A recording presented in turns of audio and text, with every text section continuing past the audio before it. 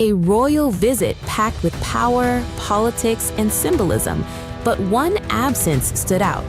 During his high-profile U.S. tour, King Charles III did not meet his son, Prince Harry, despite being in the same country Harry has called home for over 6 years. For many, the optics were striking: a father on a global stage and a son watching from afar. The visit strengthened a diplomatic relationship between two nations. It did absolutely nothing to heal the relationship at the center of one of the most watched family breakdowns in modern history. A reunion between Charles and Harry may still come. But if it does, it will not happen under cameras. It will not happen with statements prepared in advance. And it will not happen until someone inside that institution decides that the cost of continued silence is finally greater than the cost of truth. So here is the question that needs an answer. When a father chooses a photo opportunity over his own grandchildren. The king's whirlwind visit took him across Washington, D.C., Virginia, and New York, alongside Queen Camilla, marking a significant diplomatic moment between the UK and the US.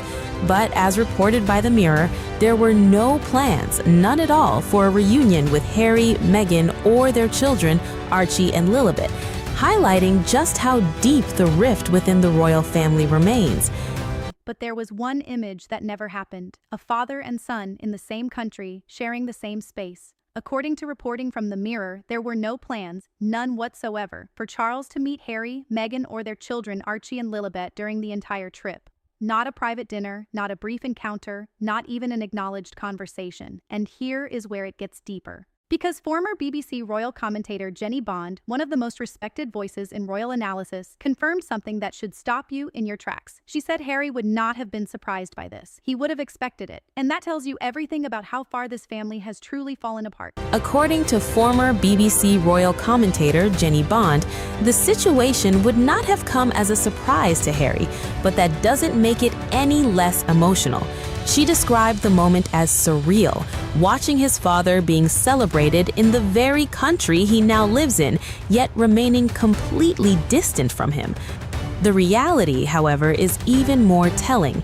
Harry and Charles have barely met in recent years. Their last face-to-face interaction took place months ago in London. As highlighted in the Mirror's coverage, even when they've been geographically close, a meeting hasn't materialized, suggesting that any reconciliation remains complicated and deeply private.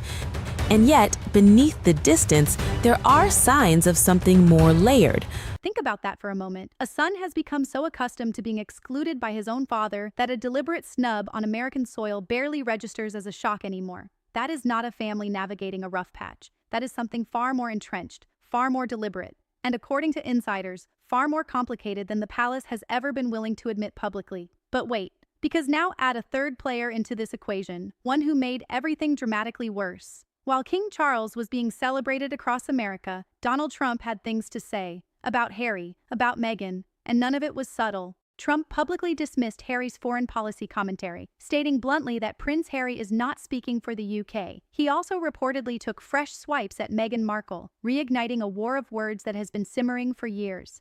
The Mirror reported that these remarks likely deepen the alienation Harry and Meghan already feel, not just from the royal family, but from the entire political machine now surrounding the visit. So picture the full scene. Harry's father is being hosted by a man who is openly mocking Harry's wife. And the palace says nothing. Charles says nothing. The visit continues. The smiles hold. The cameras roll. That is not just a family rift. That is a political calculation. And somebody made it deliberately. Now here is the layer that nobody is talking about loudly enough. Despite everything, despite the memoir, the interviews, the departure from royal duties, the years of silence and distance, Bond suggests that Harry may have felt something unexpected while watching his father on that world stage. Pride, a quiet, complicated pride. Bond suggests Harry may have felt quietly proud watching his father navigate sensitive political moments during the visit, especially when addressing global tensions and responding to controversial remarks.